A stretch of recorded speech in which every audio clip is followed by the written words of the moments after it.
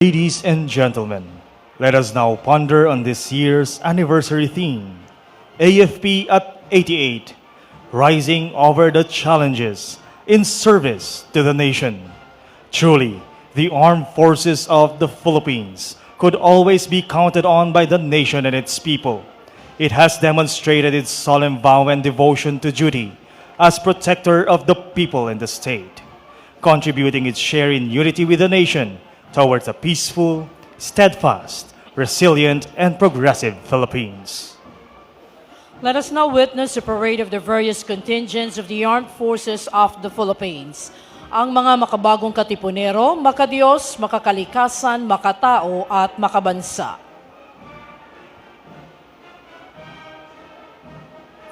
Leading the parade contingent is Rear Admiral Mac Raul B. Racacho, Philippine Navy, with his staff, Colonels Vladimir B. Kaluya, Derek Ablog, Jeric Doliente, Vincent Mauricio, Felimon Dumuran, and Captain Jonathan Salvilla.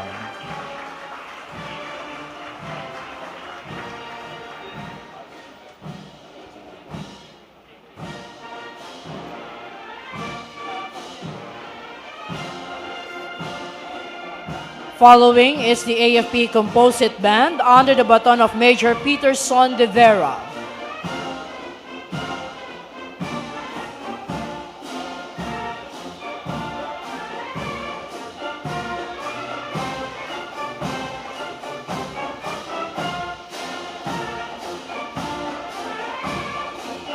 Talupad, unang talupad, pasulong.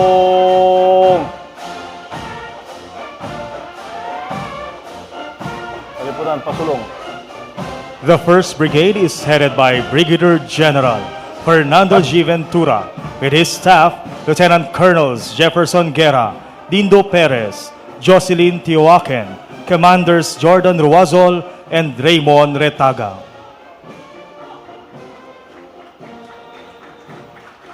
Following is a contingent from the Philippine Army represented by the Security and Escort Battalion under Lieutenant Colonel Jeffrey Mamuya. His staff, Lieutenant Colonel Wilbert Basquinas, Majors Fabian Rane Jr., Ron Michael Soriao, and Joel Calusing. The Army has been a beacon of hope and progress. It has contributed to strengthening Filipino institutions, communities, and individuals by advocating for personal governance and by rebuilding itself into an organization loved by the people. Next, we have the contingents from the Philippine Navy, headed by Commander Ronaldo Soriano, with his staff, Lieutenant Commanders Ronnie Acevedo, Jero Edgar Ilustre, Herbert Palacio, and Noel Braga. The Philippine Navy is the protectors of the Philippine seas and the first line of defense to uphold the territorial integrity. Following next, we have the Philippine Air Force led by Lieutenant Colonel Joseph Carlo Porras. His staff, Majors Ramon Christopher Engay, Manilin Collado, Arvin Macalintal, and Elpidio Salinas. The Philippine Air Force is tagged as the Angel of Mercy and the Guardian of the Philippine skies, primarily tasked to secure our country's airspace as a forward defense shield. Parading next are the contingents from the prestigious Philippine Military Academy, the Cadet Corps of the Armed Forces of the Philippines, led by Cadet First Class Emmanuel Kibal with his staff, Cadet First Class Lanslo Reyeg, Robert Dave Incal, Andre Josh Romero, Roy Angelo Valmonte, and Ret Christian Rico Franca. Ladies and gentlemen, these young male and female cadets are the future leaders of the armed forces of the Philippines from the different regions of the archipelago. They are trained and guided by the tradition of excellence, espousing the values of courage, integrity, and loyalty. The audience is requested to rise for the passing of the national colors.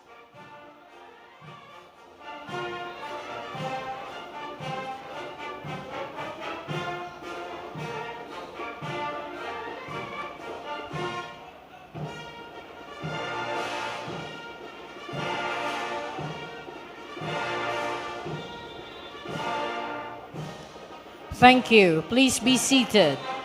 Following is the AFP massed colors consist of the Major Service Commands, Unified Commands, and the AFP-wide Service Support Units. The 2nd Brigade is under the command of Brigadier General Gulliver L. Señeres with his staff, Lieutenant Colonels Emmanuel Adriano, Claudio Bultaque Jr., Carmelito Aquino Jr., John Paul Hakla, and Commander Ray Habonete. 1st Battalion comprised of the cadets from the Philippine Merchant Marine Academy, led by Neil Archie Hamchawan, his staff James Peter Di Maiwat, John Rolf Alam, Dave John Hamosa, Mark Benjo Liban, and Jude Ryan Garcia. PMMA, the pioneer institution in Philippine maritime education. Following next are the Special Operations Forces of the Philippine Army led by Lieutenant Colonel Anthony Macatual with his staff Majors Rex Larita, Artemio Sombrio Jr., and Captains Christian Pescacio and Bongino Estrada. These units, the 1st Scout Ranger Regiment and the Special Forces Regiment Airborne, specialize in unconventional warfare. This time we have the Special Operations Forces of the Philippine Navy headed by Commander Samson Servando, his staff, Major Romel Robles, Lieutenant Commanders Juan Tarosa and Marlon Andalio, and Major J. Jubilan.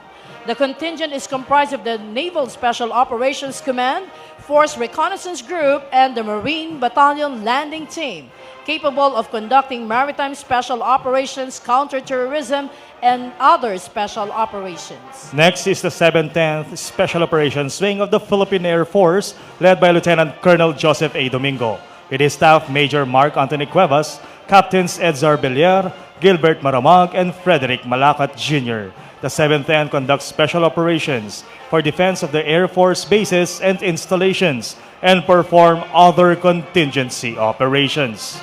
We now have the motorized contingent, which showcases the assets being used in the internal security operations, territorial defense operations, and the anti-terrorism. Before us as the ASCOD 2 Sabra light tanks, a testament to international collaboration and unwavering resolve. This is not merely a machine. It's a symbol of strength, mobility, and unwavering firepower, ready to defend our nation's values on any battlefield.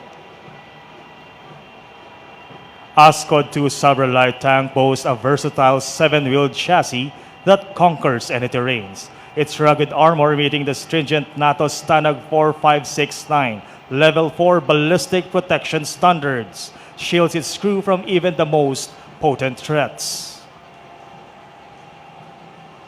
Yet, ASCOD 2 Sabra tank is more than just a brute force. With its command post vehicle, ASCOD 2 Sabra light tank state-of-the-art surveillance and communication system provide unparalleled situational awareness. And now turning our attention to a different facet of our armored might, let's welcome the Armored Mortar Carrier with its 120mm mounted mortar system, a mobile artillery bastion. The Armored Mortar Carrier with its 120mm mounted mortar system offers a potent combination of mobility, protection, and precision artillery power. The latest in the inventory of the Army's artillery assets is the Soltam Atmos 155mm self-propelled howitzer, which will boast indirect fire support capabilities. Next, we have the Marine V300 Fight Support Vehicle of the Marine Reconnaissance Battalion's light armored vehicle with Cockrell 90mm gun. The Spider Philippines Air Defense System is the Philippine Air Force's air and defense system, which will protect vital installations and key assets of the country. This is the central control unit of the air and missile defense. It is part of the Air Force Integrated Air Defense alongside the Philippine Air Force Air and Defense System and fighter aircraft for a layered air defense operations. Following is the rigid hull inflatable boat with 2 machine guns being used by the Naval Special Operations Command. This watercraft is highly utilized as platform to insert, extract, and provide fire support to operating SEAL teams of the Philippine Navy.